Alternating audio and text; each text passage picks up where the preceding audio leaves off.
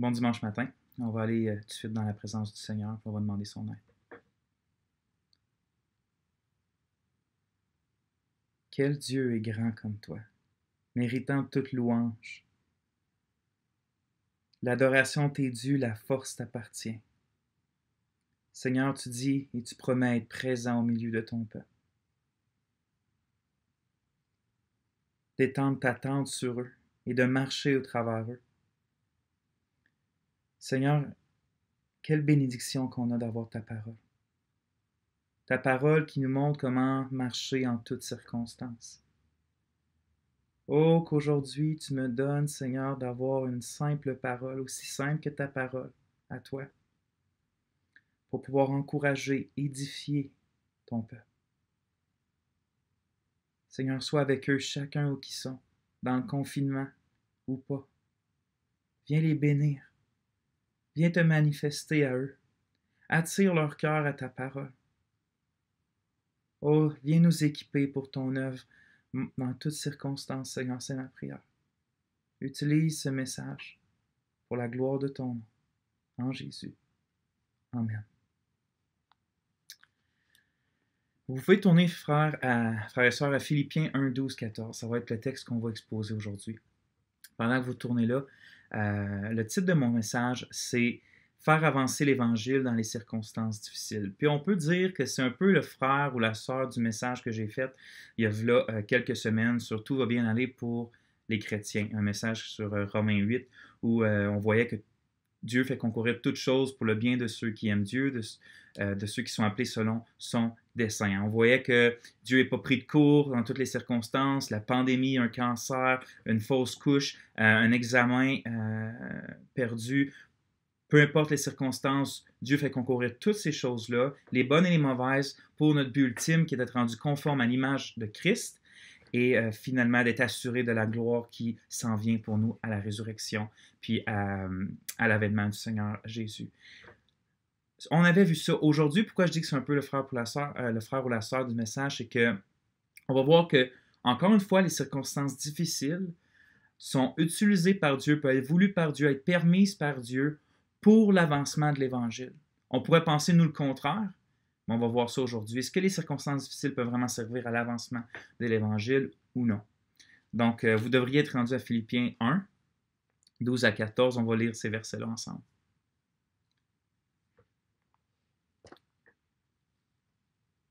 Or, frères, je veux que vous le sachiez. Les circonstances que je traverse sont plutôt arrivées pour l'avancement de l'Évangile. Il est ainsi devenu évident, dans tout le prétoire et partout ailleurs, que je suis prisonnier pour Christ. Et la plupart des frères, encouragés dans le Seigneur par mes liens, ont beaucoup plus de hardiesse pour annoncer la parole sans crainte. On va prier. On vient de lire ta parole, ô Dieu. Que tu l'imprègnes dans nos cœurs et qu'elle porte du fruit, qu'on ne fait pas juste l'entendre dans nos oreilles, mais qu'elle descende plus bas dans nos entrailles et qu'elle soit mise en pratique par ton peuple, Seigneur. Enseigne-nous, exhorte-nous, console-nous, équipe-nous pour la gloire de ton nom, encore une fois, en Jésus. Amen.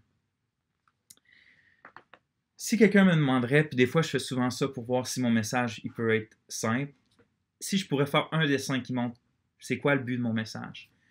Je prendrais une feuille, je dessinerais une rivière au milieu, je ferais 2 points de chaque côté, puis je ferais un pont qui relie les 2 points.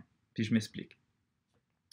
Il y a plusieurs réalités dans la vie chrétienne, puis dans la vie, mais il y a souvent 2 réalités qu'on peut avoir de la difficulté à faire que ça marche ensemble.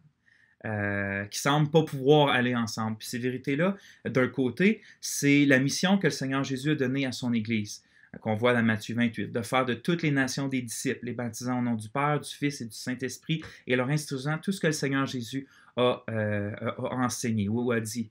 Ça, c'est la mission de l'Église, d'aller jusqu'aux extrémités de la terre, hein, d'envoyer des missionnaires, d'annoncer l'Évangile, de bâtir des églises locales en santé, qui envoient à leur tour des missionnaires, qui font la même chose, puis ainsi de suite, jusqu'au retour du Seigneur Jésus. Ça, c'est d'un côté de la rivière, pas trop compliqué à saisir, compliqué peut-être à faire, mais pas compliqué à saisir.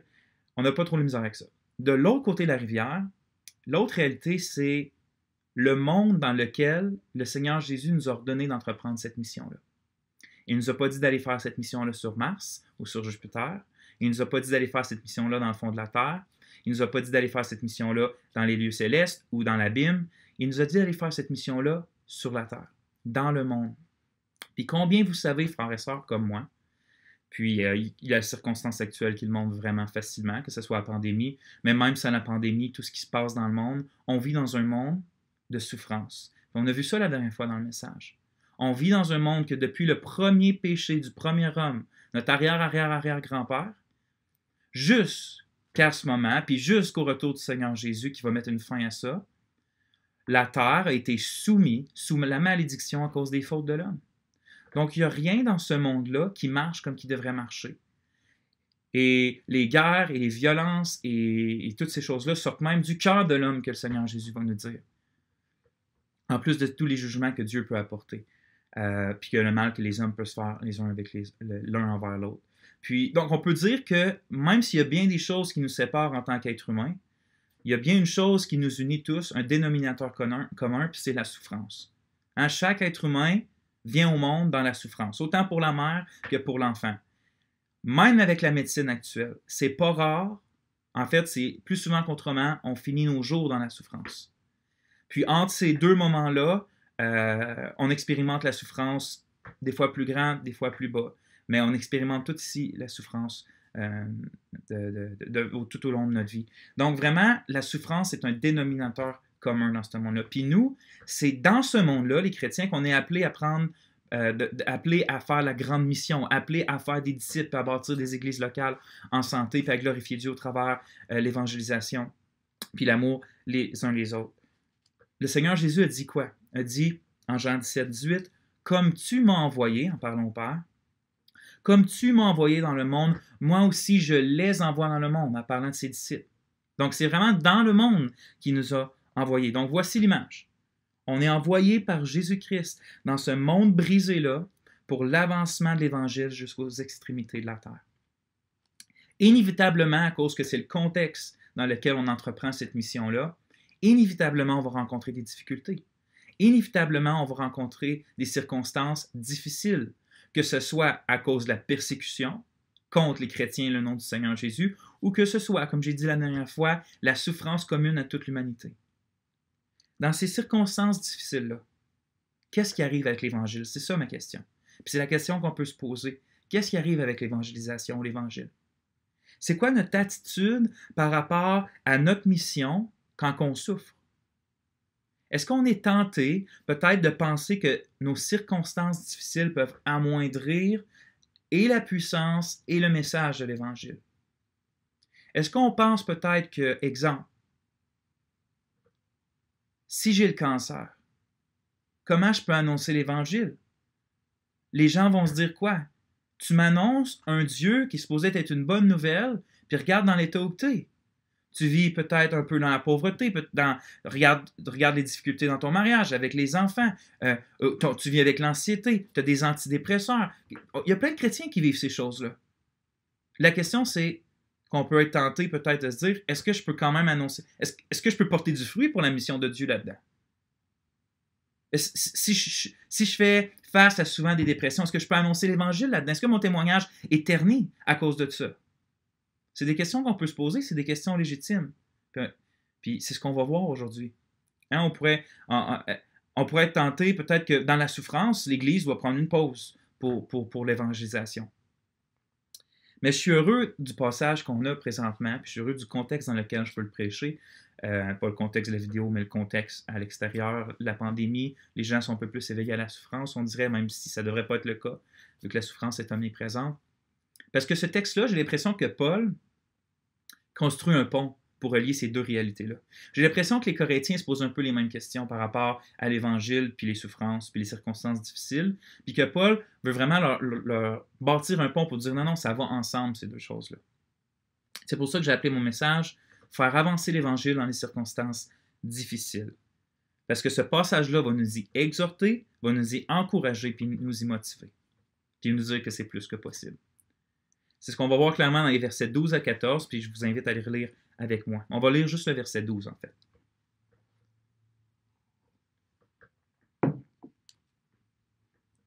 Or, frères, je veux que vous sachiez, les circonstances que je traverse sont plutôt arrivées pour l'avancement de l'Évangile. On relit. Or, frères, je veux que vous le sachiez, les circonstances que je traverse sont plutôt arrivées pour l'avancement de l'Évangile.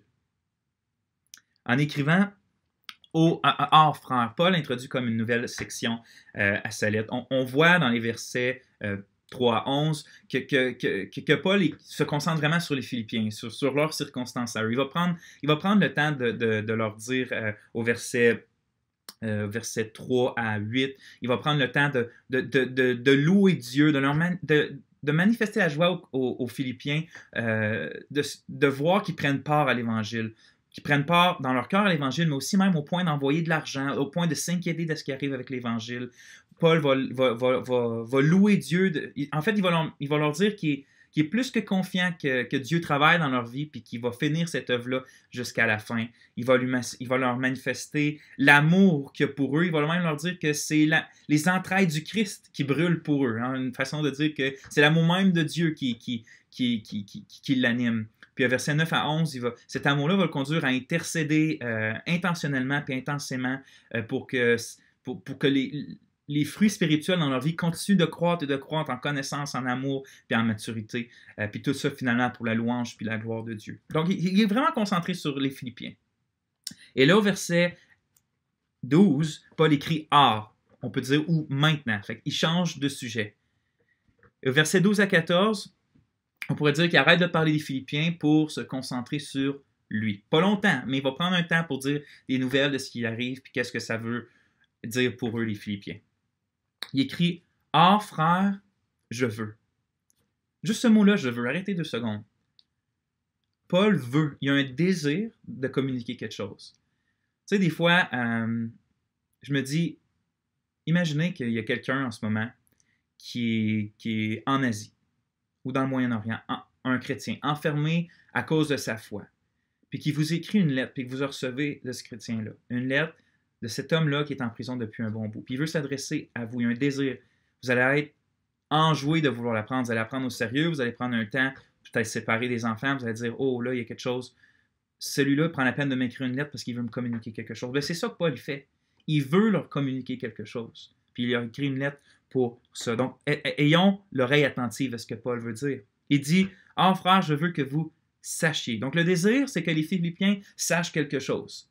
C'est comme s'il dirait quelque chose comme « Je veux vraiment que vous sachiez cette chose-là importante. J'ai le désir de m'asseoir avec vous en quelque sorte, là, puis que vous compreniez ce que je veux vous expliquer. C'est vraiment important. C'est primordial que vous compreniez ça. » Paul voulait que les Philippiens sachent quelque chose d'important, donc qu'ils écoutent ce qu'il allait à écrire. Puis si c'est important pour les Philippiens, si l'Esprit de Dieu a mis ça dans la parole de Dieu puis l'a conservé jusqu'à maintenant, c'est à cause que c'est important pour l'Église en 2020. C'est important pour toi qui es dans ton salon ou dans ta cuisine puis qui est en train d'écouter ce message-là. Pas parce que moi je dis que c'est important, parce que Paul l'a écrit dans l'Épître aux Philippiens. Puis il disait que c'était important. Puis remarquez, moi c'est un mot qui me fait bien du bien. Quand Paul dit « frère », il ne dit pas « ah, vous les laïcs ». C'est pas comme ça qu'il parle. Quand on lit les Épîtres de Paul, on voit vraiment un apôtre plein de compassion et d'humilité, un homme brisé par le Seigneur, par la souffrance, puis qui se réjouit toujours en Dieu. Puis il s'adresse, c'est vraiment juste quand il n'y avait pas le choix qu'il en faisait appel à son autorité apostolique. En ce moment, les Philippiens, c'est une église qui va quand même bien. C'est une jeune église que lui-même a fondée. Puis c'est une église qui aime Paul. C'est une église qui aime l'Évangile puis qui aime le Seigneur Jésus. Puis Paul leur adresse, il leur dit « frère ».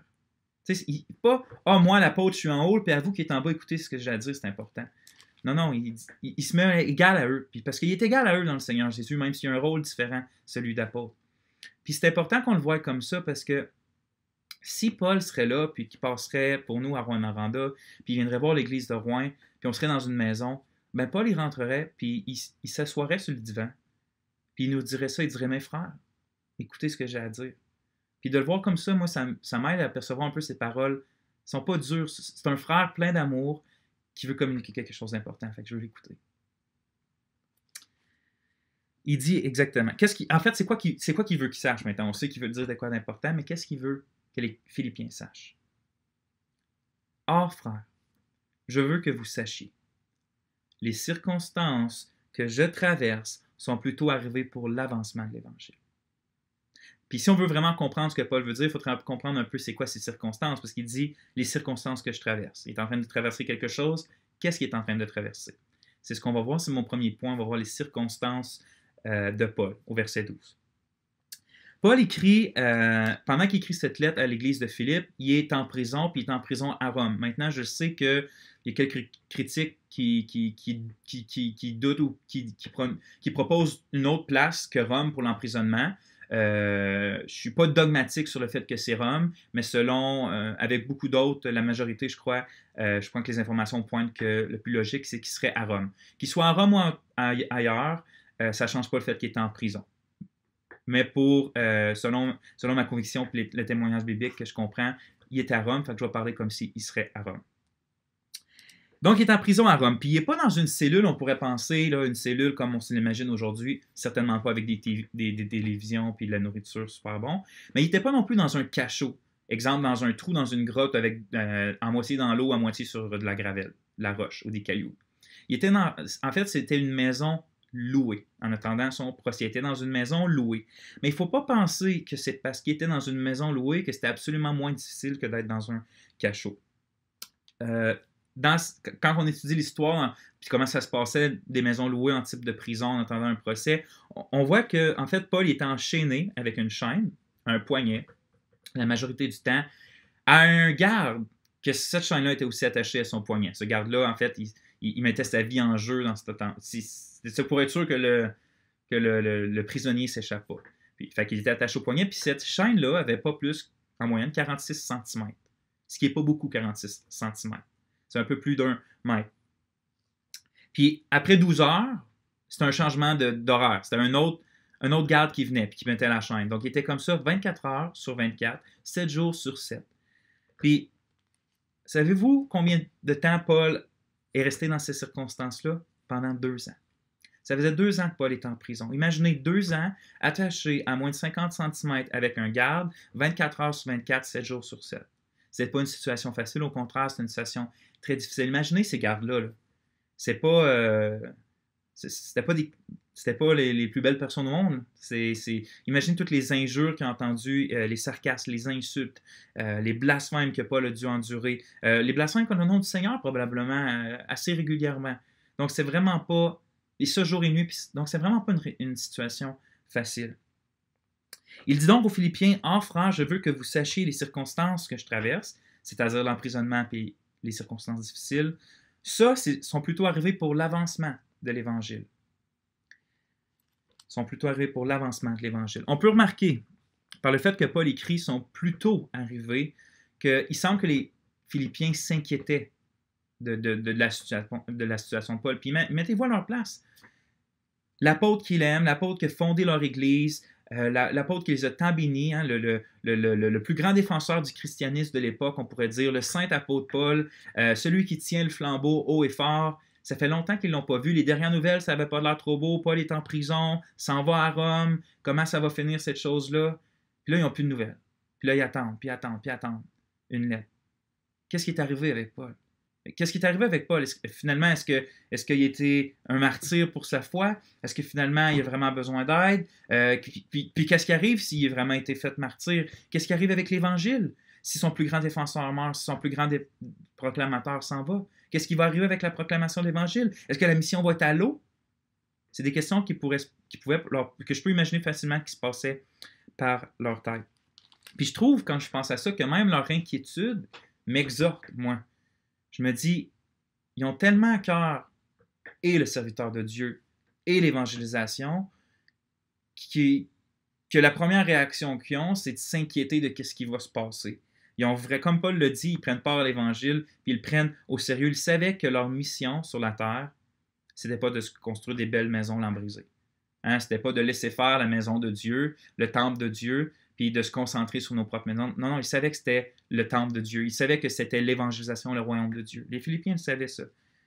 Puis moi, je me dis, est-ce que je prends autant l'appel de l'Évangile au sérieux? Est-ce que je prends autant l'appel puis la mission du Seigneur Jésus-Christ d'aller faire de toutes les nations des disciples au sérieux? Je parle à moi. Là. C'est des questions que je me pose en regardant l'attitude des Philippiens.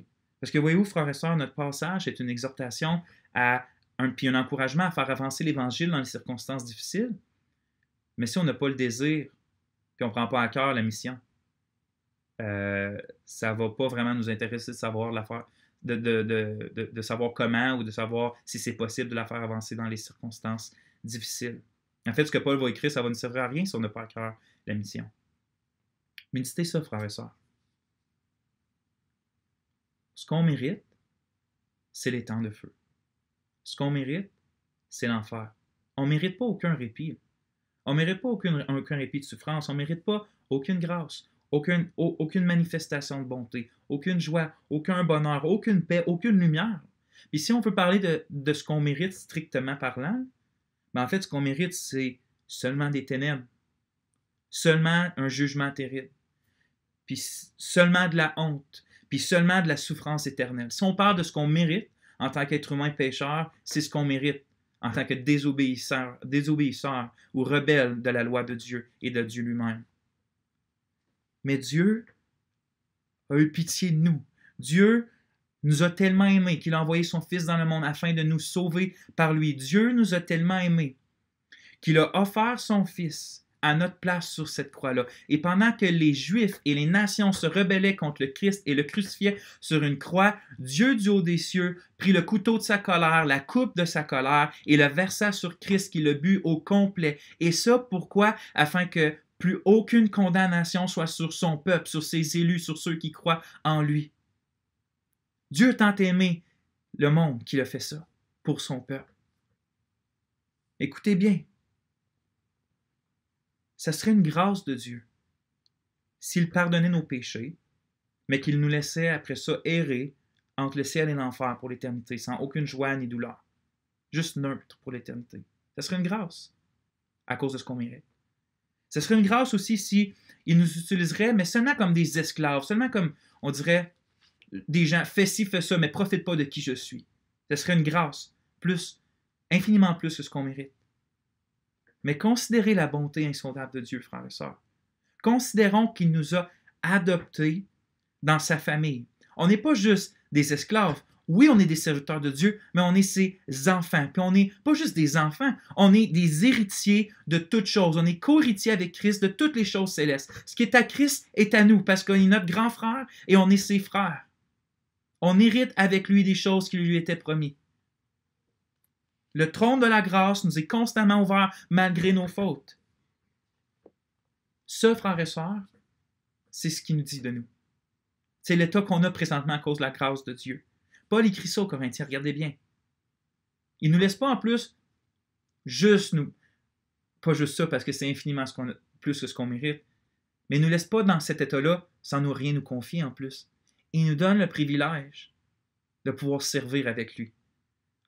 2 Corinthiens 5,20, nous faisons donc les fonctions d'ambassadeurs pour Christ. Comme si Dieu exhortait par nous, nous vous en supplions au nom de Christ, soyez réconciliés avec Dieu. Christ est venu, a annoncé l'Évangile, a accompli l'Évangile. Et maintenant, il donne cet Évangile-là pour que nous aussi, on le proclame. On est co-ouvriers à quelque part avec lui. On est ses ambassadeurs. On a le message du Christ. Quelle grâce, frères et sœurs! Quelle grâce de pouvoir participer à ces choses-là avec le Seigneur. Et Pierre lui va écrire, on est un peuple acquis pour que vous annonciez les vertus de celui qui vous a appelés des ténèbres à sa merveilleuse lumière. Annoncez les vertus de celui qui nous a appelés, de celui qui nous a pris dans notre trou de noirceur et qui nous a emmenés dans sa merveilleuse lumière. Ça, c'est notre rôle maintenant, puisqu'on est enfant et héritier de Dieu. Nous en sommes venus par la grâce imméritée et puissante de Dieu à connaître le plus merveilleux, le plus glorieux de tous, le plus grand, le plus saint, puis à hériter de cette mission-là. Puis cette mission-là de le faire connaître, de faire connaître Jésus-Christ, de faire connaître son évangile, de faire connaître la personne la plus satisfaisante qui existe. Puis il ne faut pas oublier que cette réalité-là, c'est la raison pourquoi on continue notre pèlerinage sur la terre. Oui, on fait notre pèlerinage. Oui, Dieu nous montre des choses personnellement, mais la mission de l'Église est de faire de toutes les nations des disciples. C'était le but des Philippiens, et c'est pourquoi ils s'inquiétaient lorsque celui qui tenait le plus le flambeau, comme Paul, était jeté en prison. Donc, Paul leur répond pour faire le point sur sa condition. Imaginez les Philippiens, ils se devaient dépêcher à lire les 11 premiers versets, puis se dire, voyons Paul, on veut des nouvelles de toi, puis finalement, il arrive au verset 12, puis ils ont ces nouvelles-là. Oui, il est encore dans les chaînes. Oui, sa situation est encore très difficile. Son futur, en fait, est incertain. Est-ce qu'il va être libéré ou il va être condamné? Il ne peut pas vraiment leur dire. Mais il y a une vérité qui demeure. Une vérité qu'il fallait absolument que les Philippiens comprennent. Hein, je veux que vous sachiez. C'est que toutes ces difficultés-là qui les inquiétaient eux, au contraire de nuire à l'Évangile, ont plutôt servi, contribué à faire avancer l'Évangile de Jésus-Christ. Écoutez bien ça, Paul est en train de dire, plutôt que de le rabaisser, que de l'étouffer, que de le rendre infructueux, ça l'a propulsé l'Évangile, les situations que je vis. En d'autres mots, Paul est en train de leur partager sa conviction dans le fait que l'Évangile est infrénable. On ne peut pas l'arrêter. Puis c'est mon deuxième point, la conviction de Paul, l'Évangile est infrénable.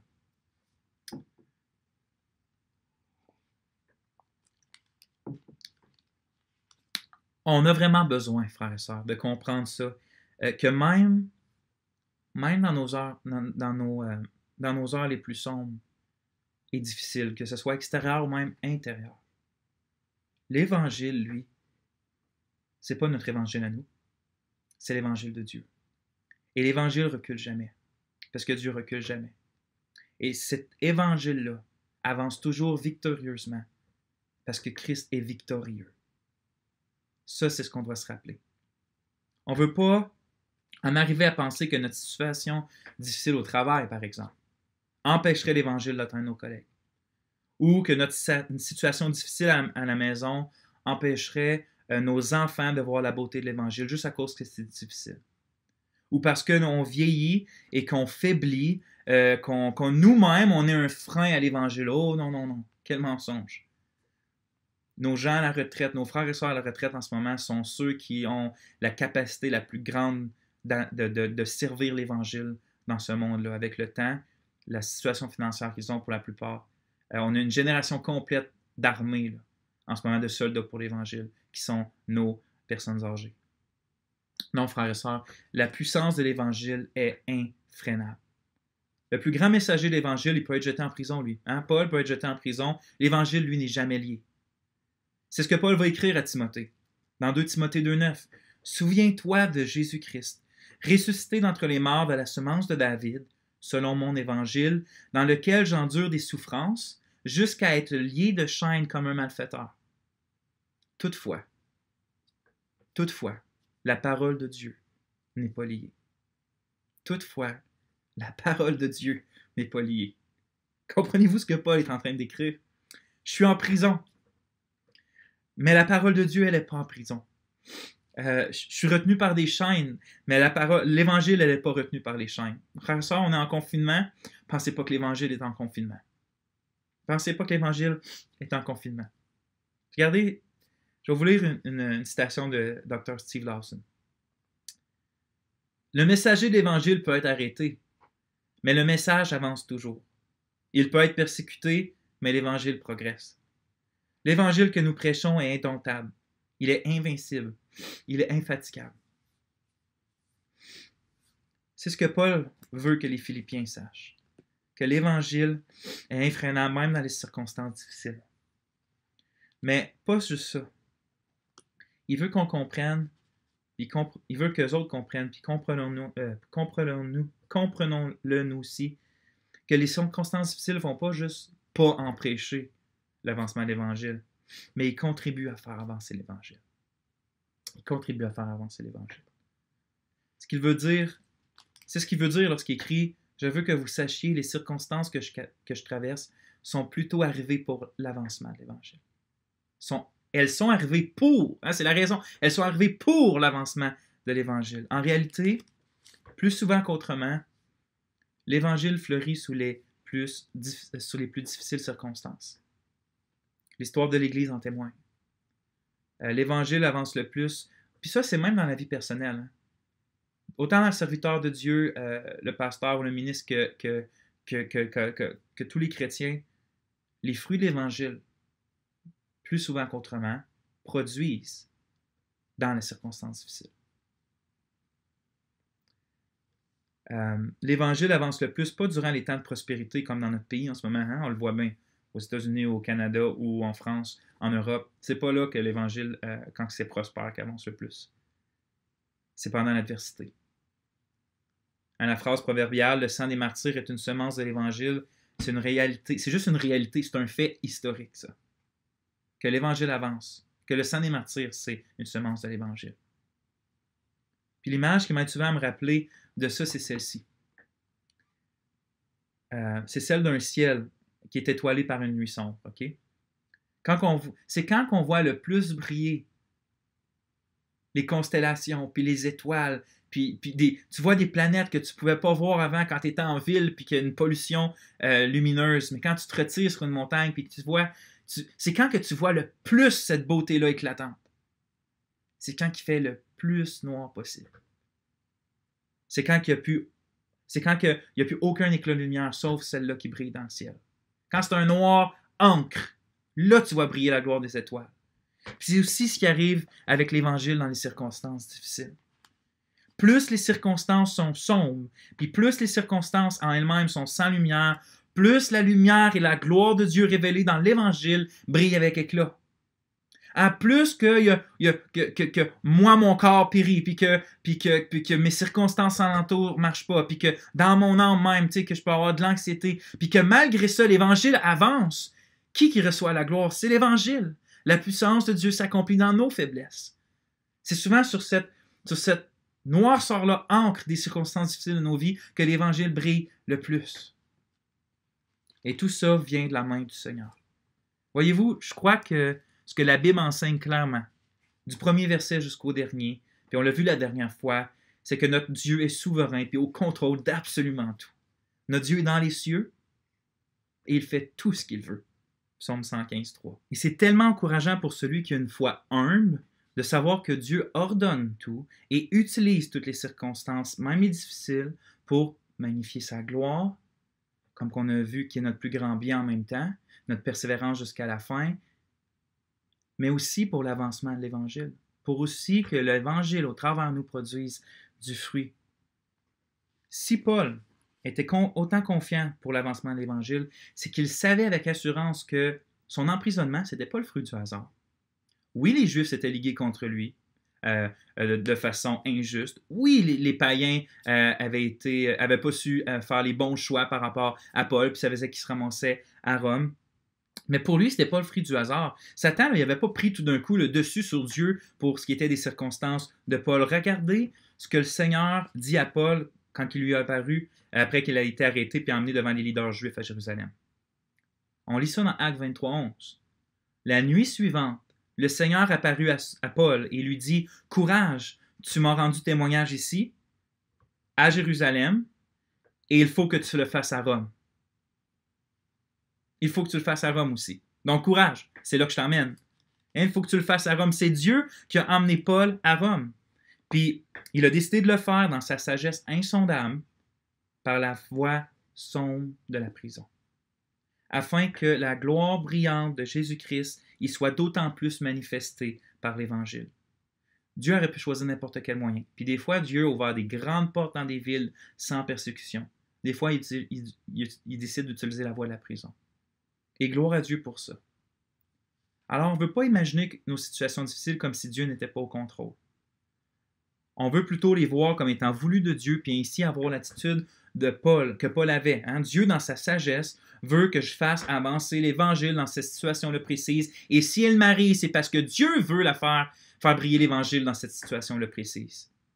Et ultimement, ce qui faisait que Paul pouvait avoir confiance, avec confiance, faire avancer l'Évangile dans les circonstances difficiles, c'est que sa pleine conviction, c'était sa pleine conviction que l'Évangile aurait l'effet prévu par Dieu.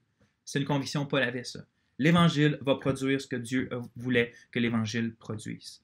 Lisons les paroles de Paul dans 2 Timothée 2,9. Selon mon Évangile, dans lequel j'endure les souffrances jusqu'à être lié comme un malfaiteur, toutefois la parole de Dieu n'est pas liée. Regardez bien après. C'est pourquoi, à cause de la parole de Dieu n'est pas liée, c'est pourquoi j'endure tout pour l'amour des élus, afin qu'eux aussi obtiennent le salut qui est dans le Christ Jésus avec la gloire éternelle. 2 Timothée 2, 8 à 10. Est-ce que vous comprenez ce que Paul est en train d'écrire ici parce que c'est vraiment important? Paul dit que la raison pour laquelle il était capable d'endurer toute souffrance pour continuer d'annoncer l'Évangile, c'est parce qu'il avait la conviction que la bonne nouvelle, elle, était pas liée, puis qu'elle ne va pas rester sans effet parce que inévitablement, les élus, les choisis de Dieu, allaient croire et être sauvés par l'Évangile. C'est pourquoi j'endure tout pour l'amour des élus. Il sait que ces circonstances vont servir à sauver les élus de Dieu. Il le sait. C'est pour ça qu'il continue à le faire. Ça va produire, ça ne sera pas en vain mes efforts et mes chaînes. Dieu va sauver les élus par ma souffrance, en utilisant ma souffrance comme un tremplin pour l'Évangile. Puis ça, c'est incroyable. C'est incroyable. C'est touchant de penser à ça. Par amour pour le peuple choisi de Dieu, Paul est capable d'endurer les pires souffrances pour annoncer l'Évangile afin qu'il parvienne jusqu'aux élus. En parlant que l'Évangile parvienne jusqu'aux élus. C'est incroyable, c'est tellement encourageant. Encourageant à quoi peut-être vous dites, mais encourageant à ce que mes souffrances ne sont pas vaines, comme je viens de te dire. Elles sont un moyen par lequel Dieu va sauver ses élus. C'est peut-être le moyen par lequel Dieu va sauver mes enfants, mes collègues ou mes amis, mes souffrances. Alors oui, faisons avancer l'Évangile dans nos difficultés, parce que il ne peut pas être arrêté dans son travail, dans son œuvre et dans sa puissance. Comme Dr. Lawson le dit, il n'y a pas suffisamment de démons en enfer et en dehors de l'enfer pour empêcher le progrès de l'Évangile de Jésus-Christ. Amen. Il y aura encore tellement à dire là-dessus, mais je vois le temps qui avance, fait qu'on va continuer notre texte. On a vu jusqu'à présent, au verset 12, que Paul écrit aux Philippiens qu'il était plein de confiance que les circonstances difficiles, au lieu d'arrêter l'Évangile, avaient plutôt contribué à faire avancer l'Évangile. Et maintenant, dans les versets 13 et 14, il leur écrit quels ont été, en quelque sorte, les résultats ou les conséquences de faire avancer l'Évangile dans cette situation-là difficile. Puis je vous encourage encore à bien écouter ce que Paul va écrire, parce que c'est deux résultats vraiment encourageants pour nous motiver à faire, nous aussi, avancer l'Évangile dans nos prisons. Dans nos prisons. Je ne parle pas nécessairement juste du confinement, mais nos prisons, que ce soit à la maison, quelque chose qui se passe à la maison, au travail, dans notre cœur, l'anxiété, une maladie, peu importe. On va dire que ça, c'est nos prisons, comme Paul. Donc, 3, mon point, c'est faire avancer l'Évangile dans les circonstances difficiles est un témoignage puissant aux non-croyants. Verset 13. Il est ainsi devenu évident, il est ainsi, à cause que l'Évangile, mes circonstances ont contribué à faire au progrès de l'Évangile, il est ainsi devenu évident dans tout le prétoire et partout ailleurs que je suis prisonnier pour Christ. Le prétoire, simplement dit, c'était le groupe de soldats d'élite de l'Empire romain. Ils étaient les gardes on peut dire que c'était les gardes du corps personnel de César, puis ils demeuraient auprès de lui. Le prétoire était composé, selon l'histoire, de 9000 soldats romains. C'est l'élite de l'élite, la crème de la crème. Puis c'était avec ces soldats-là du prétoire que Paul était enchaîné 24 heures sur 24, 7 jours sur 7 pendant 2 ans. Mais je suis convaincu que c'est pas comme ça que Paul voyait la situation. C'était plutôt eux qui étaient enchaînés à lui, puis c'était plutôt eux qui étaient obligés d'entendre l'Évangile. C'est pas Paul qui était enchaîné à eux. Le gars avec 46 cm de chaîne, c'est lui qui était obligé d'entendre ce que Paul disait, entendre ses prières, ses chants, puis qu'est-ce que Paul disait aux autres. On sait que c'est ça parce que tout le prétoire en est venu à savoir que Paul n'était pas en prison pour un crime quelconque, mais qu'il était en prison pour Jésus-Christ, qui dit tout le monde sait que il est évident que je suis prisonnier pour Christ. Et s'ils savaient ça, c'est parce que Paul leur témoignait. Puis c'est pas surprenant de l'apôtre Paul. On le sait que c'est lui, ça, dont c'est l'Évangile. Puis comme on l'a vu un peu, il ne considérait pas son emprisonnement comme un accident. Il croyait à la souveraine providence de Dieu qui contrôle toutes choses. C'est pourquoi il ne se voyait même pas comme un prisonnier romain, en fait. Comme si Rome était la cause première pour laquelle lui était en prison. Pendant le temps d'emprisonnement, alors que Paul écrivait aux Éphésiens, même temps d'emprisonnement, une autre lettre, celle aux Éphésiens, il écrit au chapitre 4, au verset 1, « Moi, le prisonnier de Rome, le prisonnier dans le Seigneur. » Il n'est pas un prisonnier de Rome. Il est un prisonnier du Christ. Regardez son attitude, c'est incroyable.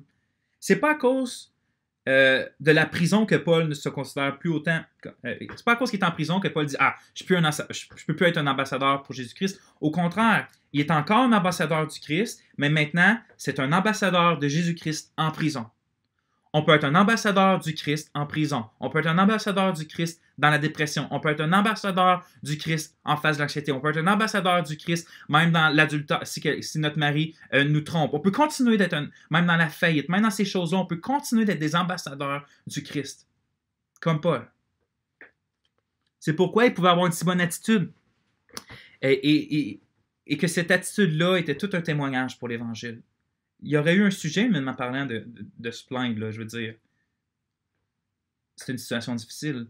Mais on ne le voit pas dans le texte qui se plaint. Ce qui est intéressant de savoir, c'est que Paul avait depuis longtemps le désir d'aller à Rome, d'aller annoncer l'Évangile à Rome. Rome était la ville la plus importante de tout l'Empire. Il y avait une population de plus d'1 million de personnes. C'était un point vraiment stratégique d'un point de vue évangélistique, là, de dire hey, je vais aller toucher la tête de l'Empire avec l'Évangile, puis comme ça va se répandre partout. Puis Paul, en évangéliste infatigable, avait le désir d'annoncer l'Évangile à Rome. C'est ce qu'il va écrire à l'Épître aux Romains, en fait. Au verset 13-15 du chapitre 1, il va dire « Or, je ne veux pas que vous ignoriez, frères, que je me suis souvent proposé d'aller vers vous. » Ça veut dire à Rome. « Je suis tout prêt à vous annoncer l'Évangile à vous aussi qui êtes à Rome. » C'était sa prière qu'on voit en Romains 1-10. Et Dieu le lui a accordé. « Ok, Paul, tu vas aller à Rome. » Mais est-ce qu'il pensait vraiment que ça allait être par la voie de la prison?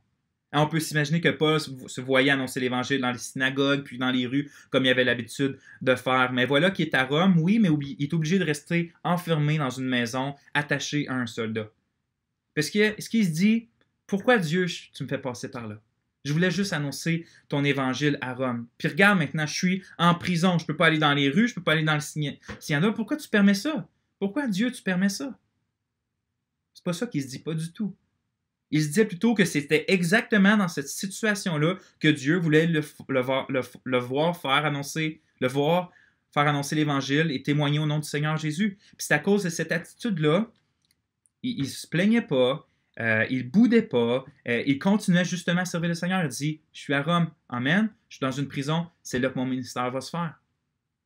Son attitude dans la prison a vraiment été un témoignage puissant pour les soldats du prétoire parce que puis pour tout le monde, probablement même que ça servit à la conversion de plusieurs, parce qu'on lit à la fin de l'Épître aux Philippiens, au chapitre 4, verset 22, « Tous les saints vous saluent, et principalement ceux de la maison de César. » Donc l'Évangile a l'air avoir avancé dans le prétoire dans la maison de César pour faire les convertis. Là. Puis nous, frères et sœurs, quelle attitude qu'on a? Est-ce qu'on se dit, pourquoi je suis célibataire? Pourquoi mon mari est comme ça? Pourquoi arrive-t-il ça avec mes enfants? Pourquoi mon travail est en danger? Pourquoi j'ai pas assez d'argent? Pourquoi je suis malade? Pourquoi que je vieillis? Pourquoi ma constitution physique est si faible? Pourquoi je peux pas faire comme Whitefield, puis Wesley, puis Spurgeon, puis Paul Washer, puis John Piper? Parce que pourquoi j'ai pas le même physique que ça? Pourquoi j'ai pas une voix pour prêcher plus fort? Pourquoi j'ai pas une capacité? Pourquoi j'ai pas toutes ces choses-là? Pourquoi j'ai pas de maison? Pourquoi? Écoutez, ces situations-là difficiles sont là parce que Dieu veut que vous fassiez avancer l'Évangile justement dans ces situations-là précises, à ce moment-là précis dans votre vie, parce que pour que son nom soit glorifié puis, par le salut des gens qui vous entourent. Je vais répéter. Ces situations-là difficiles sont là parce que Dieu veut que nous fassions avancer l'Évangile justement dans cette situation-là précise, à ce moment-là précis dans ta vie, pour que son nom soit glorifié par le salut des gens qui t'entourent. Par le salut des gens qui t'entourent. Si Paul n'avait pas été en prison, le prétoire, les gens de la maison de César, peut-être n'auraient jamais été en contact avec l'Évangile. Or, c'est exactement ce qu'eux vivaient. Vous connaissez, Dieu me rappelle à l'esprit en ce moment notre frère Raymond Boudreau, qui se bat contre le cancer, qui profite de chaque petite occasion que son cancer lui donne pour annoncer l'Évangile. Il n'aurait jamais été là s'il n'y aurait pas eu ça. Vous voyez les circonstances difficiles, comment ils peuvent contribuer à l'Évangile? Alors, dans nos souffrances, il faut, par la grâce de Dieu, arrêter de regarder à nous. Et pour l'amour de Jésus puis des élus, faire avancer l'Évangile avec une bonne attitude. Et imaginez quel témoignage puissant. C'est pour des enfants ou un époux non-croyant, par exemple. Quand une situation vraiment difficile arrive, que leurs parents ou leur épouse, ils persévèrent à glorifier et à aimer le Seigneur Jésus-Christ, et même qu'ils voient cette situation-là comme venant de Dieu pour le bien des autres. Quel témoignage! Quel témoignage! Vous pouvez être sûr que s'ils ne croient pas encore, cette attitude-là dans l'adversité va au moins les troubler, pour le mieux. Il reste beaucoup de... Le temps est déjà atteint. Je vais juste d'abord très rapidement dire le deuxième effet de faire avancer que ça a de faire avancer l'Évangile dans les circonstances difficiles, c'est que c'est une source puissante d'encouragement pour les frères et les sœurs en Jésus-Christ. Donc on vient de voir que c'est un témoignage puissant pour les non-croyants, et maintenant c'est une source puissante d'encouragement pour les frères et sœurs en Jésus-Christ. C'est mon 5e point. On lit au verset 13-14, « Il est ainsi devenu évident dans tout le prétoire et partout ailleurs que je suis prisonnier pour Christ. Et la plupart, ça c'est une deuxième raison, un deuxième fruit, et la plupart des frères, encouragés dans le Seigneur par mes liens, ont beaucoup plus d'hardiesse pour annoncer la parole sans crainte. » Ça, c'est incroyable. C'est pas facile de faire avancer l'Évangile. C'est pas facile de le faire sans crainte et de le faire avec zèle. Un cancer, ça peut faire peur.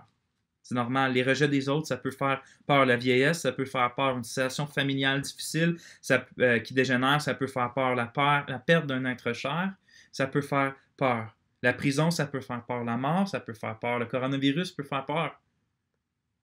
Mais écoutons ce que Paul dit aux Philippiens. Son attitude dans la prison, à sans relâche continuer de faire avancer l'Évangile, de témoigner de Jésus-Christ, a été une grande source d'encouragement pour les autres frères et sœurs qui avaient peur de vivre la même situation que lui. Et donc, cette peur les paralysait de prendre part à l'Évangile aussi. Remarquez que ce n'était pas Paul que les frères avaient pris dans... En fait, je me reprends. La situation, là, ça n'a pas fait que les Philippiens ont pris confiance en Paul. C'est le contraire. C'est écrit qu'ils ont été encouragés dans le Seigneur par mes liens. Voyez-vous, de voir Paul aussi victorieux, de voir Paul aussi joyeux, aussi satisfait, aussi calme, aussi serein, aussi rempli de l'esprit dans cette situation-là difficile par laquelle il passait, puis quand il continuait à annoncer l'Évangile, ça ne pouvait pas faire autre chose que de le faire dire « Wow! Wow! J'ai rien à craindre, moi non plus, si je vis une situation semblable. Regardez comment le Seigneur fortifie Paul. Regardez comment il le rend joyeux. Regardez comment il le rend victorieux. S'il le fait pour lui, il va le faire aussi pour moi. C'est comme ça aussi qu'eux peuvent développer l'ardiesse en voyant ce que le Seigneur fait avec un autre serviteur dans des situations difficiles. Alors quand je vous vois, frères et sœurs, glorifiez joyeusement le nom du Seigneur dans vos maladies, dans vos faiblesses, dans vos situations difficiles, par les injustices par lesquelles vous passez, ça m'encourage profondément et énormément à ne pas craindre ces situations-là non plus. Puisque je vous y vois si fortement conquérant dans le Seigneur. Je vous vois conquérant dans le Seigneur là-dedans, je me dis que la même chose peut m'arriver parce que le même esprit qui est en vous qui vous fait faire ça et aussi en moi peut me faire faire ça. C'est la même chose avec ceux qui se font mettre en prison, qui meurent martyrs. Ils chantent, ils témoignent, ils font plein de choses. Ils sont pleins de confiance et de force. Donc, je ne vais pas craindre ces situations-là parce que j'ai le même esprit, j'ai le même Seigneur. Je vais conclure. Il peut paraître difficile de concilier la grande mission que Jésus nous a ordonnée avec les circonstances difficiles par lesquelles on passe sur le champ de mission. Ça peut être difficile de concilier. Mais rappelons-nous que l'apôtre Paul nous a comme construit un pont pour relier ces deux réalités-là. Et ce pont construit avec les meilleurs matériaux qui soient. La réalité que l'Évangile est infrénable. La vérité que notre Père Céleste est au contrôle d'absolument tout.